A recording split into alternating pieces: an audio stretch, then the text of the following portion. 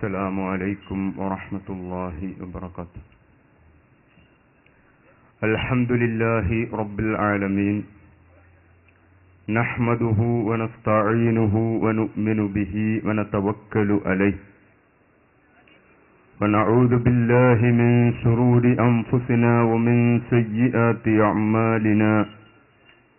من يهده الله فلا مضل له ومن يضلله فلا هادي له، وأشهد أن لا إله إلا الله وحده لا شريك له، وأشهد أن محمدا عبده ورسوله أرسله بالهدى ودين الحق ليظهره على الدين كله ولو كره المشركون. أعوذ بالله من الشيطان الرجيم. بسم الله الرحمن الرحيم. الحمد لله رب العالمين، الرحمن الرحيم، مالك يوم الدين، إياك نعبد وإياك نستعين.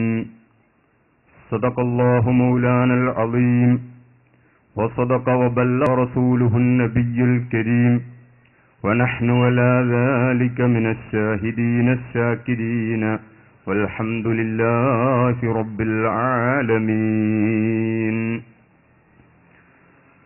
يا سيدي يا رسول الله خذ بيدي، ما لي سواك ولا ألوي على أحد، يا من يقوم مقام الحمد منفردا للواحد الفرد لم يولد ولم يلد، يا من تفجرت الأنهار نابعة من إصبعيه فروى الجيش بالمدد. ഏറ്റവും സ്നേഹം നിറഞ്ഞ പണ്ഡിതന്മാരെ, സുന്നത്ത് ജമാഅത്തിന്റെ കർമ്മധീരരായ പ്രവർത്തകരെ, അല്ലാഹു സുബ്ഹാനഹു വ തആല സത്യം സത്യമായി മനസ്സിലാക്കി അത് അംഗീകരിക്കുവാനും അസത്യം അസത്യമായി മനസ്സിലാക്കി അത് തള്ളിക്കളയുവാനും നമുക്കും ഖിയാമത്ത് നാൾ വരെ വരാനിരിക്കുന്ന നമ്മുടെ സന്താനങ്ങൾക്കും തൗഫീഖ് നൽകുമാറാകട്ടെ. നമ്മിൽ നിന്ന് മരണപ്പെട്ടു പോയ ഉസ്താദുമാർ, മാതാപിതാക്കൾ, മറ്റു സഹോദര സഹോദരിമാർ, അവരുടെ ഖബറിടം അല്ലാഹു സന്തോഷത്തിലാക്കുമാറാകട്ടെ. അവരെയും നമ്മെയും അവന്റെ ജന്നാത്തുൽ ഫിർദൗസിൽ ഒരുമിച്ചുകൂട്ടി അല്ലാഹു അനുഗ്രഹിക്കുമാറാകട്ടെ. ആമീൻ. സുദീർഘമായ ഒരു പ്രസംഗം ഞാൻ ഉദ്ദേശിക്കുന്നില്ല. ബഹുമാനപ്പെട്ട പട്ടപ്പിരിയം ഉസ്താദ് ഉണർത്തിയതുപോലെ ധാരാളം വിഷയങ്ങളിൽ പുത്തൻ പ്രസ്ഥാനക്കാരും അഹ്ലുസുന്നത്തി വൽ ജമാഅത്തും തമ്മിൽ അഭിപ്രായ വ്യത്യാസങ്ങൾ ഉണ്ട്. എന്നാൽ അവയിൽ വെച്ച് ഏറ്റവും പ്രധാനപ്പെട്ടത് വിശ്വാസവുമായി ബന്ധിക്കുന്ന തൗഹീദ്, ശിർക്ക് എന്നതാണ്. ലോകത്ത് ആദം നബി അലൈഹിസ്സലാത്തു വസ്സലാം മുതൽ അന്ത്യപ്രവാചകരായ മുഹമ്മദ് നബി സല്ലല്ലാഹു അലൈഹി വസല്ലമ തങ്ങൾ വരെയുള്ള പ്രവാചകന്മാർ മുഴുവനും പ്രബോധനം ചെയ്തതിൽ പ്രധാന വിഷയം തൗഹീദ് ആണ്. ആ തൗഹീദിന് ഘടകവിരുദ്ധമായ ഒരാശയമാണ് ശിർക്ക്. ഇന്ന് നമ്മുടെ മുന്നിൽ ഖാദിയാനികൾ തൊട്ട് മുജാഹിദ് ജമാഅത്ത് തുടങ്ങി ധാരാളം പ്രസ്ഥാനങ്ങൾ നമ്മുടെ മുന്നിൽ നിലവിലുണ്ട്.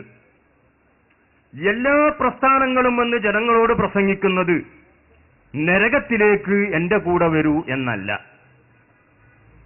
സ്വർഗത്തിലേക്ക് പോകണമോ എന്റെ കൂടെ വരൂ എന്നാണ് എല്ലാവരും പറയുന്നത്. നരകത്തിലേക്ക് പോകണമെങ്കിൽ എന്റെ കൂടെ വരൂ എന്ന് ഒരാളും പ്രസംഗിക്കുന്നില്ല.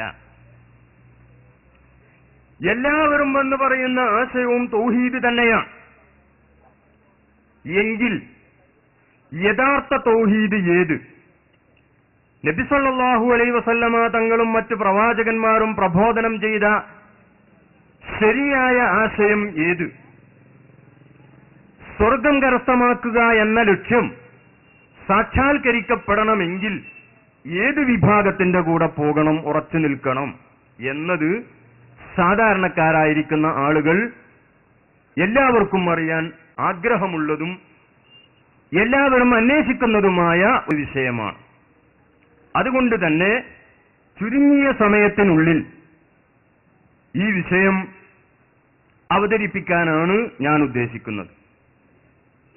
ഞാൻ ഓതിവച്ച ആയത്ത് നമുക്കെല്ലാവർക്കും പരിചയമുള്ള ഫാത്തിഹ. എന്താണ് ആ ഫാത്തിഹയിൽ അല്ലാഹു പറയുന്നത്? ബിസ്മില്ലാഹിർ റഹ്മാനിർ റഹീം അൽഹംദുലില്ലാഹി റബ്ബിൽ ആലമീൻ. അല്ലാഹുവിന്റെ 3 നാമങ്ങൾ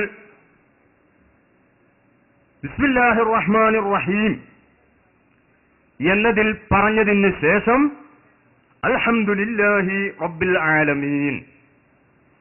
സർവസ്തുതികളും എന്ന് പറഞ്ഞാൽ സ്തുതികൾ മൊത്തത്തിൽ 4ആയി പണ്ഡിതന്മാർ നമ്മെ പഠിപ്പിക്കുന്നുണ്ട്. ഒന്ന് അല്ലാഹുവിനെ സ്തുതിക്കുക, അതാണ് അൽഹംദുലില്ലാ. ഇത് അല്ലാഹുവിനെ സ്തുതിക്കലാണ്. മറ്റൊന്ന് അല്ലാഹു സൃഷ്ടികളെ സ്തുതിക്കുക. ഇന്നക ലഅലാ ഖുലുഖിൻ അളീം. നബി സല്ലല്ലാഹു അലൈഹി വസല്ലമ തങ്ങളെ കുറിച്ച് അല്ലാഹു തആല സ്തുതി പറഞ്ഞതായി വിശുദ്ധ ഖുർആനിൽ കാണാം. മറ്റൊന്ന് സൃഷ്ടികൾ അല്ലാഹുവിനെ സ്തുതിക്കുക, മറ്റൊന്ന് സൃഷ്ടികളെ സ്തുതിക്കുക. ഇങ്ങനെ 4 സ്തുതികളാണ് എല്ലാ സ്തുതികളും എന്ന് പറഞ്ഞാൽ മൊത്തത്തിൽ 4 സ്തുതികൾ ആണ്. ഈ 4 സ്തുതിയുടെയും യഥാർത്ഥ ഉടമസ്ഥൻ അല്ലാഹുവാണ്. കാരണം അതാണ് തുടർന്ന് പറയുന്നത് റബ്ബിൽ ആലമീൻ. എല്ലാ സ്തുതികളും എന്തുകൊണ്ട് അല്ലാഹുവിനായി? നാം സൃഷ്ടികൾ പരസ്പരം സ്തുതിക്കാറുണ്ട്, പക്ഷേ ഈ സ്തുതിയും യഥാർത്ഥത്തിൽ അല്ലാഹുവിന് ഉള്ളതാണ്. കാരണം നമ്മെ സൃഷ്ടിച്ചതും അതിനുള്ള കഴിവ് തന്നതും നമ്മെ പരിപാലിക്കുന്നതും സ്തുതിക്കാൻ വേണ്ടി നമുക്ക് തോന്നിപ്പിച്ചു തന്നതും മുഴുവനും അല്ലാഹുവായതുകൊണ്ട് അതിന്റെയൊക്കെ അന്തിമ വിശകലനത്തിൽ അല്ലാഹുവിൽ എത്തിച്ചേരുന്നത് കൊണ്ട് യഥാർത്ഥത്തിൽ എല്ലാറ്റിന്റെയും ഉടമസ്ഥൻ അല്ലാഹുവാണ്. വഅന്നൽ ഖുവ്വത ലില്ലാഹി ജമീഅ. എല്ലാ കഴിവുകളും അല്ലാഹുവിന് മാത്രമാണ്. മറ്റുള്ളവരുടെ കഴിവുകൾ സൃഷ്ടികളുടെയും സാധാരണക്കാരതും അല്ലാത്തവരുതുമായ എല്ലാവിധ കഴിവുകളും അല്ലാഹു നൽകിയിട്ട് അവർക്ക് ലഭിച്ചത് ആണ്. ഇതാണ് അൽഹംദുലില്ലാഹി റബ്ബിൽ ആലമീൻ. ഇനി നാം ഒന്ന് ചിന്തിക്കുക. ഉദാഹരണമായി നമുക്ക് ഒരു 10 രൂപ ആവശ്യമുണ്ട്. ഈ 10 രൂപ നൽകുന്നവൻ ആരാണ്? അല്ലാഹുവാണ് എന്നാണ് നമ്മുടെ വിശ്വാസം. പക്ഷേ അല്ലാഹു നേർക്കുനേരെ 10 രൂപ ഒരാൾക്ക് ഉറക്കിക്കൊടുക്കുക എന്ന സംവിധാനം സാധാരണ നിലക്ക് അവൻ ചെയ്യാറില്ല. ഈ സമയത്ത് നമുക്ക് 10 രൂപ വേണമെങ്കിൽ നാം നമ്മുടെ സുഹൃത്തിനോട് അത് ആവശ്യപ്പെടും. അപ്പോൾ സുഹൃത്ത് അവന്റെ അടുക്കൽ ഉണ്ടെങ്കിൽ അത് തരും. അതേ സമയത്ത് ലോകത്ത് അല്ലാഹു സഹായങ്ങളും മുഴുവനും അല്ലാഹു ചെയ്യുന്ന സഹായങ്ങളും മുഴുവനും അല്ലാഹുവിന്റെ സഹായമാണ്. പക്ഷേ അത് വിതരണം ചെയ്യാനും അത് ജനങ്ങൾക്ക് എത്തിച്ചു കൊടുക്കാനും ചില മാധ്യമങ്ങൾ അല്ലാഹു സുബ്ഹാനഹു വ തആല സ്വീകരിച്ചിട്ടുണ്ട്.